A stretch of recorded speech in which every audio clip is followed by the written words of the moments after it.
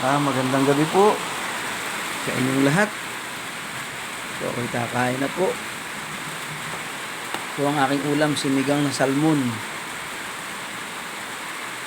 Salmon po yan, yung pinakamalaking salmon na Hokkaido. Po, sinigang po yan. Kompleto po ng gulay.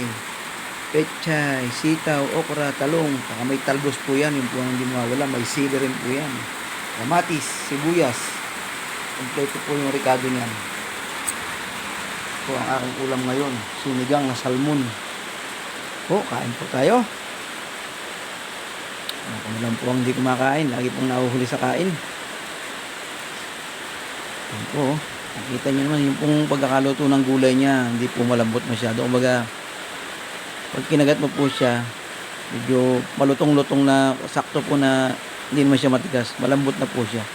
Pero yung lutong niya po sakto lang, hindi po siya yung labog. Yan po ang magandang mga luto sa mga gulay. Po, salmon po yan na sinigang, yung Hokkaidong pinakamalaki. Sahin po tayo. Hindi po, salamat po muli sa inyong lahat. So, sana kayo magsawa, pakisuportahan po ang aking mga video. Kain na po muna tayo. Salamat po sa inyong lahat muli. Sa susunod po.